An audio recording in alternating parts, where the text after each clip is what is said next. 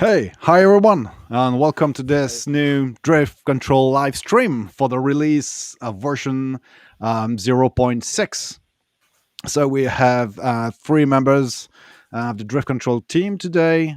That's Ellie, Martin, William, and I'm Stefan. So this is live on YouTube and Twitch today. So please talk to us, send us your questions, and we will answer them live or just after the demo.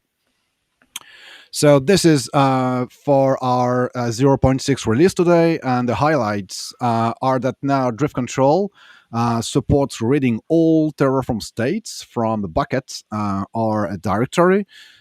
So it's highly anticipated for many of you, and this is going to be demonstrated by Ellie in just a short while. We have now much more complete GitHub provider support with teams and memberships and branch protections. So now we have a pretty cool initial GitHub support for your drift protection needs. We have more AWS resources supported, like ECR and Lambda stuff and KMS, and a bunch of bug fixes as well. And we have a brand new documentation site that's docs.driftcontrol.com, docs.driftcontrol.com. That's a new documentation site. So basically, it's now time for Ellie to show us how drift control supports all the states. So Ellie, it's your. Okay, so some of our users use a lot of states in their infrastructure. For example, they split their resources with multiple states. Sometimes it could be like 100 of states. So it was very painful for us to use drift control with 100 of flags. So we added support to the kind of directory scan. For example, you can pass a bucket and a pass to a prefix, and it will drift control will use every state file in this bucket, and it works for local states too. So let's go for a demo. Here is my terminal. I have this working directory tree. In this folder, I have 2 Terraform files, one for root 53 and one for S3. And every of this folder generates one state. In the bucket, you can view there. So you have a folder state, then you have one root 53 with its state, and the same for S3 there. So if I want to show you, I need to apply this file. Let's go. So in root 53 there is one DNS zone, and in S3 there is only one bucket. It's only simple resources for the demo. Let's wait for the apply. I think we are gonna view the zone there.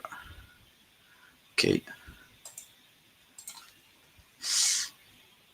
Let's wait for the creation, and the command to scan will be this one. It's quite long.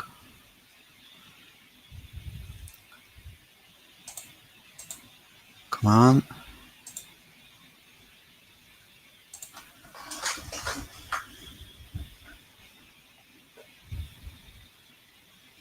Usually it takes like 20 seconds. It's the demo effect.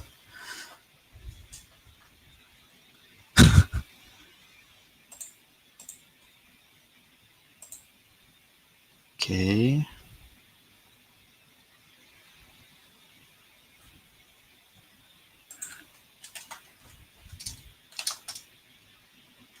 Let's launch S3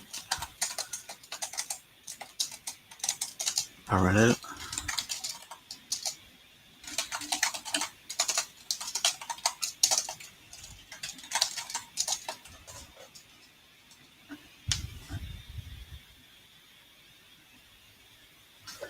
go. Okay, this is done. Okay, so now I have two states, one with a root 53 zone and one with a S3 bucket. So let's scan all these resources with I lost it, this command. Yep. So I only have to put there the directory, and driftctl will scan recursively all the subdirectories, and every file in these directories will be added to infrastructure as code resources. So we got our two resources. I can test some drifts. For example, if I have a drift.com zone there, and I add a new bucket, drift demo, we are the 05, 3, something like this. Okay, so I created two new resources. Let's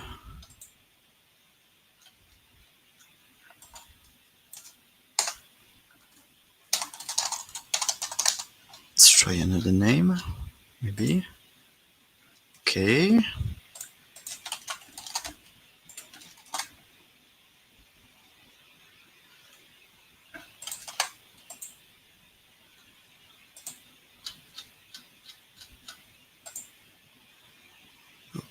Okay, weird.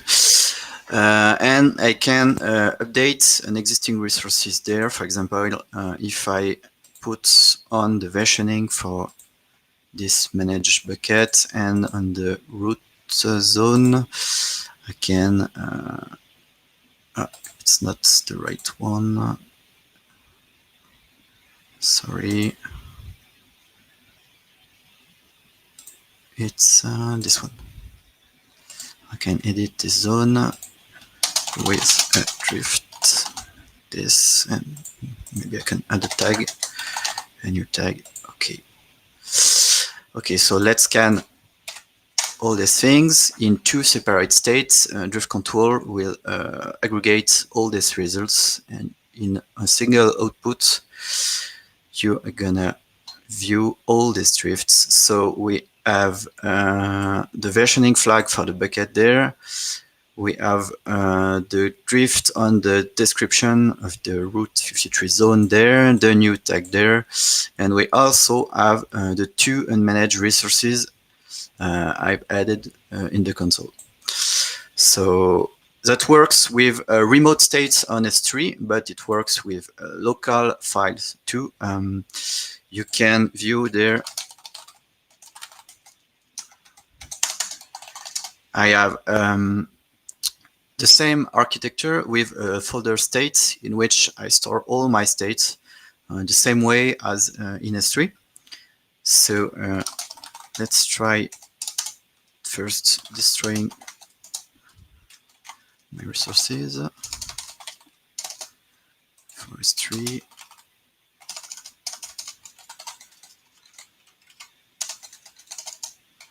Let's destroy this one and destroy this one.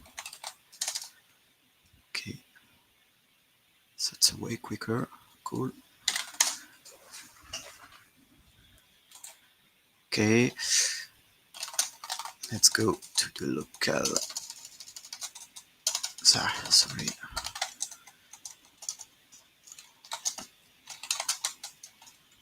So applying this one.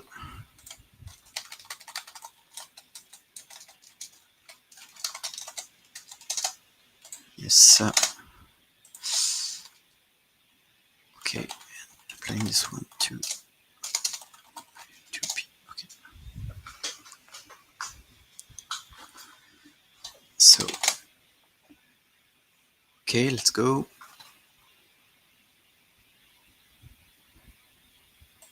I'm gonna keep my drifted resources there to show you that we detect them too. Okay, that's way better. So this state for Route 53 is located there, and forestry is located there. So let's go up, and I want to scan this time with a local pass there. Let's go.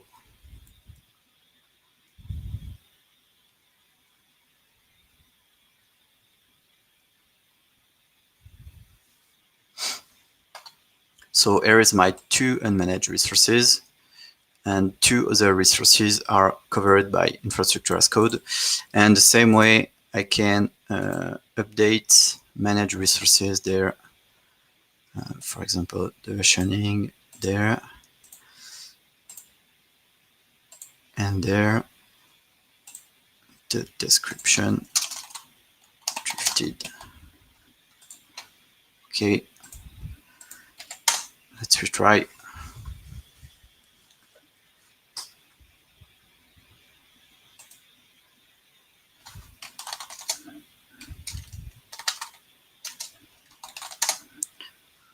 Okay, so we are seeing the drifted comment and the versioning there from resources coming from two distinct states, this one and this one. Actually, Terraform generates a backup state. We outcoded an ignore rule for all the states to avoid duplication. And I think I'm done. Cool. All right. Thank you, Ellie. To sum it up, I think we can say that Drift Control now supports all the states in a local directory, as well as all the states in an S3 bucket. Um, can you confirm that it works also recursively? Like you have states in different folders inside a directory, and Yeah, it's going to scan them all. totally. Yeah. Cool. That's a feature that lot of people asked us over the past weeks. So I think it's awesome. All right. Thank you, Ellie. Now let's call Martin. I remove myself. All right. Hello, Martin. Hi. Um, so I think you're going to show us how Drift Control 0.6 release works with GitHub and the new resources that the Drift Control supports.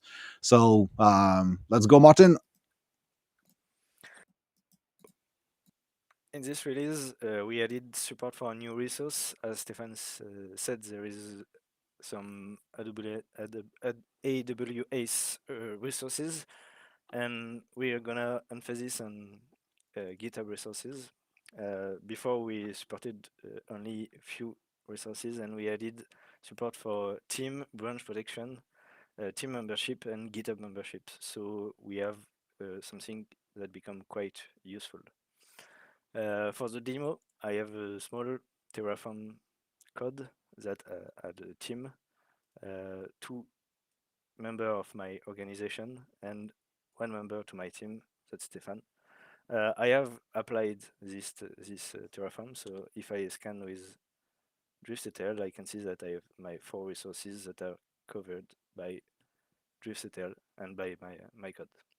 If I go to GitHub, I can see my organization, and if I go to team, I can see it created a team, and there is one member, Stefan, and I can add myself, for example. Ah.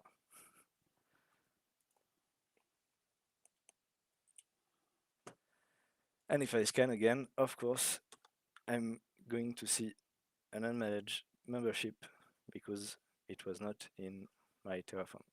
We also added support for branch protection, which is quite useful because you can protect branch, and driftctl will warn you if the protection has changed.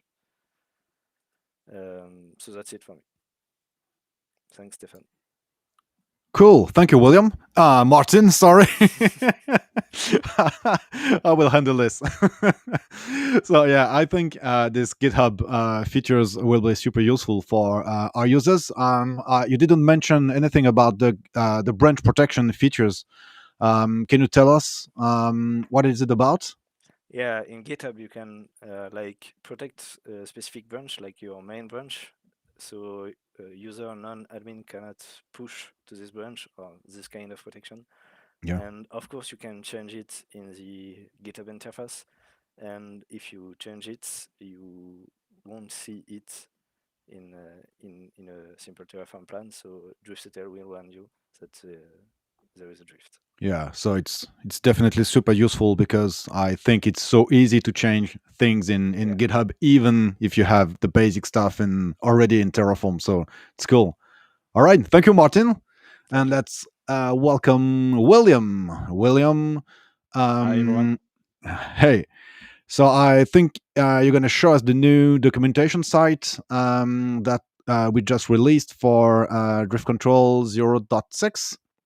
So I'm giving you the stream. Thanks, Stefan. Okay, everyone. For this demo, I'm going to show you our brand new documentation site. I'm really, really excited to show you that. So here it is. You can find it on the drift control repo at the bottom of the root README file. So just click on the documentation thing. We wanted something really simple yet powerful. This is why we built it using a framework called Docusaurus, which is an open source website builder from Facebook, and it is powered by React.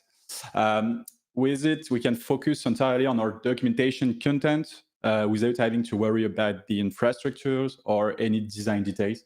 So it's a really useful tool. We just have to simply write, as usual, our docs with Markdown, and it publishes them as static HTML files. We have also supports for documentation versioning. So as you can see here, we can look for the 0.6. So this is our latest version, the 0.5 or the 0.4, which are the previous versions. So you can find all of this on the docs.driftcontrol.com/versions. As you can see, all of previous docs that were on the main repo were transferred to our new documentation repo at cloudskiff./driftcontrol-docs. Sorry. Bear in mind that if you have any questions, look first on our documentation repo or on our main repo with issues. One last thing, if you have any updates or ideas to make our documentation site better, please open issues to our new repo. And of course, pull requests are welcome. I really hope, guys, that you'll find all your answers on our brand new documentation site. I think that's it for me, and thanks for listening. Cool. I'm pretty sure now people will love reading documentation, you know. So I still have a question for you, William. I think everybody's wondering if there is a light theme for the documentation. Of course there is. That's one thing that I'm pretty happy with it. So me, I'm a huge fan of dark theme, but you can of course make it lighter, and that's what you love. Just make it what you want. Awesome. Thank you, William. I think it's so cool. All right. So let's invite William, Ellie, and Martin again. So to summarize, for all the people who joined during the live stream, we talked about drift control supporting now all the states from inside an S3 bucket, all locally. So you're not forced to name them one by one, which is really cool if you have hundreds of states, which was the case for many of our users. We support much better drift detection for GitHub features. We added also a bunch of new resources on AWS, like ECR, the container registry from AWS, and many KMS stuff like aliases and keys, etc. But well, we didn't show it today because we want to keep it short, and it's kind of boring showing everything. So basically, thank you for watching this stream. It was on YouTube and Twitch. You can follow us on Twitter. Yeah, that's the caption. You can find us on GitHub as well. You can chat with us on Discord. We are live there every once very often. Sorry, the new documentation that William showed is on drift control docs.driftcontrol.com. Sorry, I have a chat popping up, so it's a mess for me. Sorry. So I think now we have questions from someone somewhere. I don't know if that's on YouTube or It's on Twitch. it's on Twitch. Cool. So let's see the question. This is Rikoma22. Rikoma is wondering if we can ignore one or several Terraform states when we can scan a bucket or a directory. At the moment, this is not possible, but this is something we had in mind when implementing the first scan feature. We may introduce this kind of feature if some users report us the need for it. We are initially thinking of something like a glob pattern to allow you to scan or exclude some some subdirectories, some file extension or something like that. But now it's possible, but maybe if users require it, it will be. Yeah. Definitely. I think we had someone in Discord like last week or something. He was the guy was having like hundreds of he was sharing a single AWS account with many other people. He had hundreds of EC2 VMs, and I think he wanted to scan only for his own VMs, his own drifts. But if he couldn't exclude the other states, he would have a lot of unmanaged resources from different code. So yeah, definitely, it looks like it's something interesting for our users. Yep. Do you think we have other questions on the chat somewhere? Not necessarily. Cool. So once again, follow us on Twitter. We are on GitHub, and more importantly, find us on Discord. We are there every single hour of the day and the night. So we are nice people. You can talk to us, you can chat with us, and we can watch us live code very often on Discord and on Twitch. So thank you for attending, and well, see you soon for Drift Control 0.7. Bye-bye. Bye.